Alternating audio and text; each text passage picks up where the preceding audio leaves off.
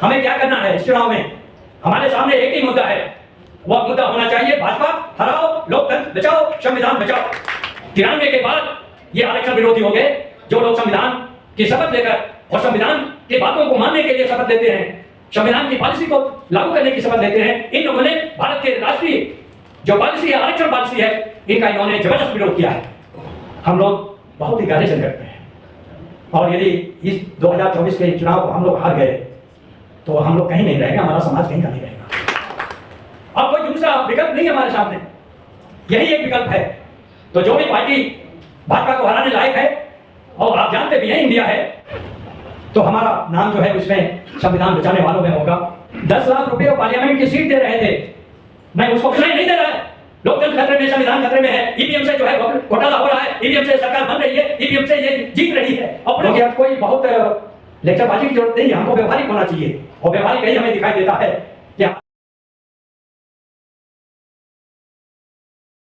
के समक्ष प्रोफेसर रामनरेश चौधरी साहब ने अपनी बात कानूनन संवैधानिक रूप से किस तरह से हमको समझना है और आगे चलना है करके आपको अपनी बात बताएं। तो हमारा नाम जो है उसमें संविधान बचाने वालों में होगा।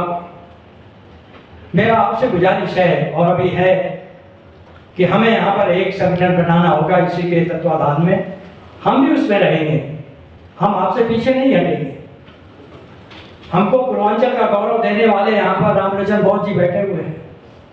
मैं 1970 में आया था यूनिवर्सिटी में, जबकि कोई रिजर्वेशन नहीं था।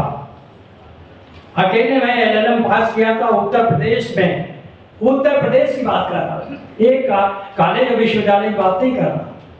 और आउट ऑफ दैट मैं तुरंत वहाँ लेक्चरर बनाया गया, उसमें लेक्चरर रीडर प्रोफेसर होते थे। और 1982 में शंखप्रिय गौतम, आप जानते हैं सभी लोग, बुद्धप्रिय मऊ, शंखप्रिय गौतम, ये हमारे आइकान हुआ करते थे। इन लोगों की कितनी मीटिंग हम लोगों ने कराया है, गांव गांव, देहात देहात। वो हमको गोरखपुर जिले के सब लोग हार गए थे, वो हमारे पास आए, चौधरी साहब भाजपा आ जाओ, जो भी यूनिवर्सिटी कहोगे उस यूनिवर्सिटी के वाइस चांसलर बना दिए जाओगे, जो यूनिवर्सिटी कहोगे उसमें हम बनवा देंगे, भाजपा में आ जाओ। मैंने हाथ जोड़ लिया था। वो समय था 10 लाख रुपए और पार्लियामेंट की सीट दे रहे थे, मैं उसको भी मना कर दिया था उसी समय जिसमें अटल बिहारी वाजपेयी प्रधानमंत्री हुए थे।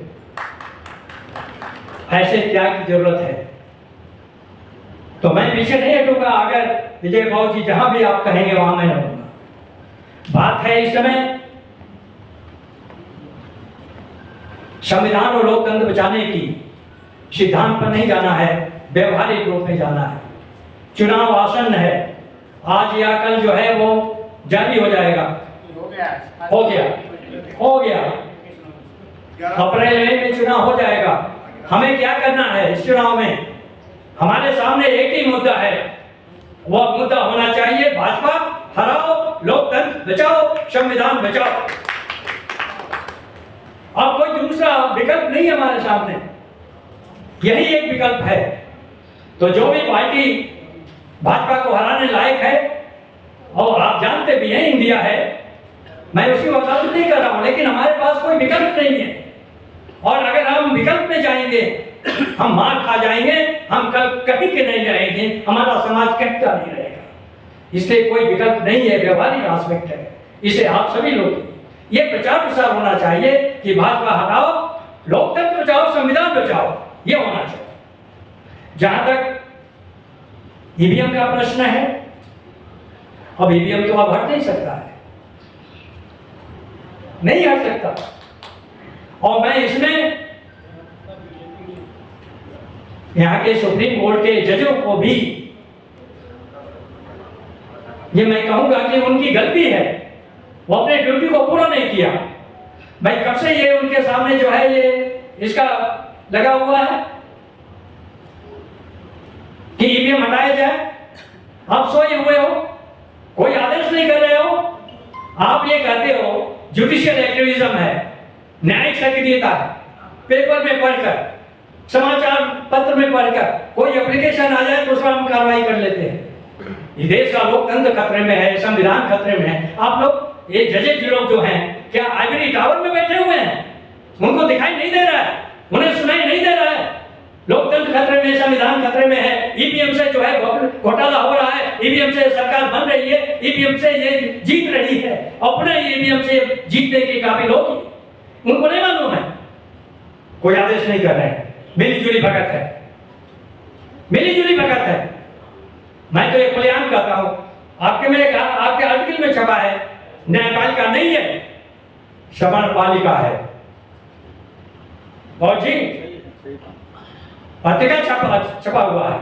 हमारे लोगों ने कहा चौधरी साहब आप पर तो कंटेम्प्ट हो जाएगा, आप ऐसा लिखते हैं। न्यायपालिका नहीं है, समरपालिका। मैं कहा मैं जानता हूं, मैं विधि पढ़ा हूं, कानून पढ़ा हूं। आगे कंटेम्प्ट करें, हम उसका जवाब देंगे। जस्टिस कृष्णा अय्यर ने कहा था, जस्टिस कृष्णा अय्यर ने कहा था, given the opportunity and environment Dalit will make the India great. हमारे में वो शक्ति है, भारत को हम महान बना सकते हैं। हमें अवसर नहीं दिया गया, अवसर नहीं दिया गया, सुविधा नहीं दी गई। और जब सुविधा और अवसर दिया गया तो आप उसको खत्म करने की बात करें। यह उच्चतम न्यायालय, मैं इसके नीचे बोल रहा हूं, 1992 तक 93 तक ये आरक्षण के समर्थन में थे, ठीक थे। 93 के बाद ये आरक्षण विरोधी हो गए। जो लोग संविधान की शपथ लेकर और संविधान के बातों को मानने के लिए शपथ लेते हैं, संविधान की पॉलिसी को लागू करने की शपथ लेते हैं, इन लोगों ने भारत के राष्ट्रीय जो पॉलिसी है, आरक्षण पॉलिसी है, इनका इन्होंने जबरदस्त विरोध किया है। और उस विरोध का उदाहरण है संविधान संशोधन 77 हुआ, 85 हुआ, 81 हुआ, 82 हुआ। क्यों हुआ? आरक्षण को खत्म करने की पूरी ये साजिश इस उच्चतम न्यायालय के नीचे हुआ। मालूम है आप लोगों को ये जो संविधान संशोधन हुआ क्यों हुआ?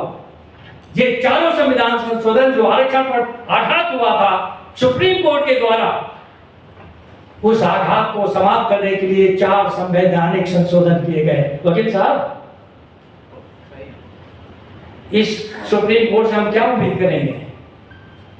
इसलिए मेरा यह मान है कि यह समरपालिका नहीं न्यायपालिका है। जब तक हमारे लोग वहां पहुंचेंगे नहीं तब तक हमें न्याय नहीं मिलेगा, हमारा आरक्षण नहीं बचेगा। ये आरक्षण को खत्म कर देंगे।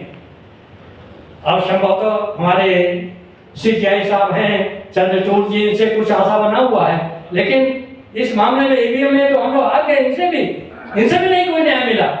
देना चाहिए था इनको न्याय। मिश्रा जी का पिटीशन कब से पड़ा हुआ है? हमारे भानु प्रताप जी कब से पड़े हुए हैं? मोहम्मद प्राचा कब से पड़े हुए हैं? कब से इन दोनों आंदोलन कर रहे हैं? लेकिन सुप्रीम कोर्ट उन्हें सुनाई दे रहा है, क्योंकि उनकी मिली भगत है ना। अगर वो इसको सुनवाई करते हैं और इसको आदेश से रद्द करते हैं तो फिर अच्छी बात है, लेकिन किया नहीं उन्होंने। होने की अब उम्मीद है, तो वो से तो हम लोग बहुत ही गहरे संकट में हैं।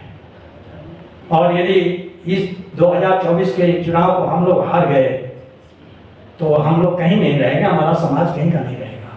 हम लोग जो आज बैठे हैं, जो सुख सुविधा हम लोगों के पास है, जो हम लोग अपना काबिलियत दिखा रहे हैं, मैं तो कई पब्लिक सर्विसेज से संबंधित हूँ, आज भी हूँ। मैं पाता हूँ कि हमारे कैंडिडेट बहुत अच्छे हैं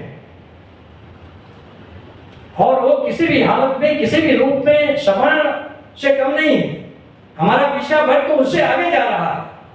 ईडब्ल्यूएस का जो आरक्षण आया है वो तो और नहीं, शेड्यूल ट्राइब के नीचे जा रहा है, शेड्यूल ट्राइब के नीचे जा रहा है। हमें आपने मौका नहीं दिया, सुविधा नहीं दिया। और article 14 of the Indian constitution स्वतः जो है आरक्षण की वकालत करता है। किसी ने कहा, किसी किताब में लिखा हुआ है? नहीं लिखा हुआ है।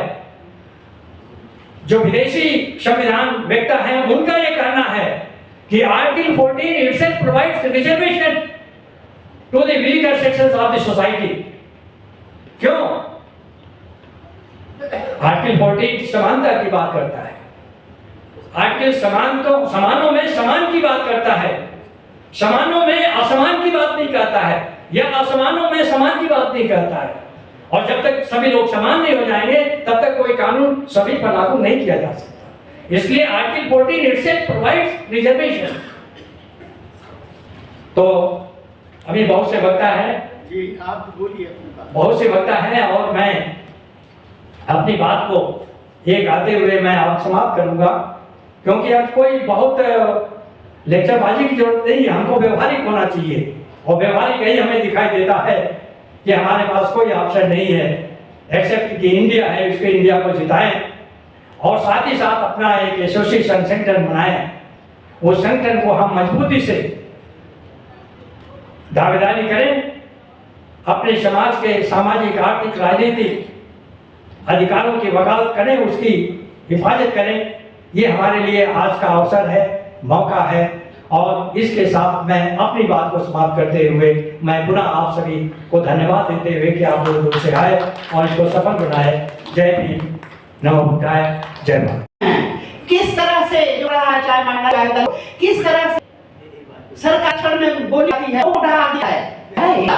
ये सब लोग इच्छा नहीं है, लोकतंत्र कर दिया जाए और वही है कि मनुस्मृति लागू करेंगे। हम में से कितना है जो मनमानी को जहाँ हाथ उठाते क्यों बहन? तो यह है यहाँ हुए हैं कि बड़ी स्थिति आ गई है। अब उस स्थिति का सामने लिए हम लोगों को जो है करना पड़ेगा। और हमारे जो साथ में है विजय भारती दास दे तो उनका विजन करिए, धोखे ना, यदि धोखे में रखोगे तो तुम भी होगे और जितनी बाकी सब मारे जाए। अपना विजन क्लियर रखो कि मुझे करना क्या है, तब जाकर हम कुछ कर पाएंगे, मेरे से कुछ नहीं हो पाए। आप लोगों का बहुत बहुत स्वागत है। विजय भाई हम लोग से जो भी सहयोग हो, जहाँ भी हो, हम लोग चलेंगे, जहाँ जो बुलाएगा आएंगे, हम लोग करेंगे।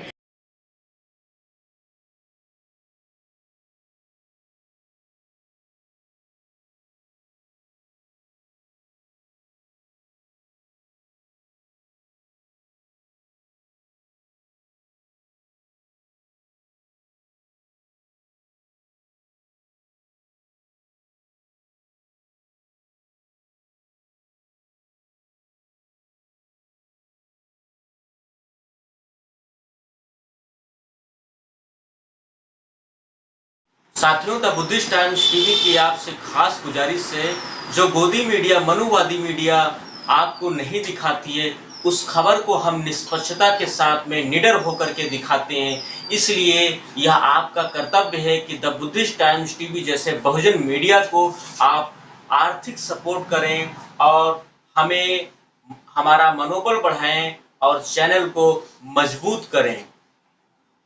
चैनल पर जो भी साथी नए हैं, चैनल को सब्सक्राइब करें और अधिक से अधिक शेयर करना न भूलें। लाइक करें और कमेंट जरूर करें। देखते रहिए द बुद्धिस्ट टाइम्स टीवी। नमस्कार, नमो बुद्धाय, जय भीम।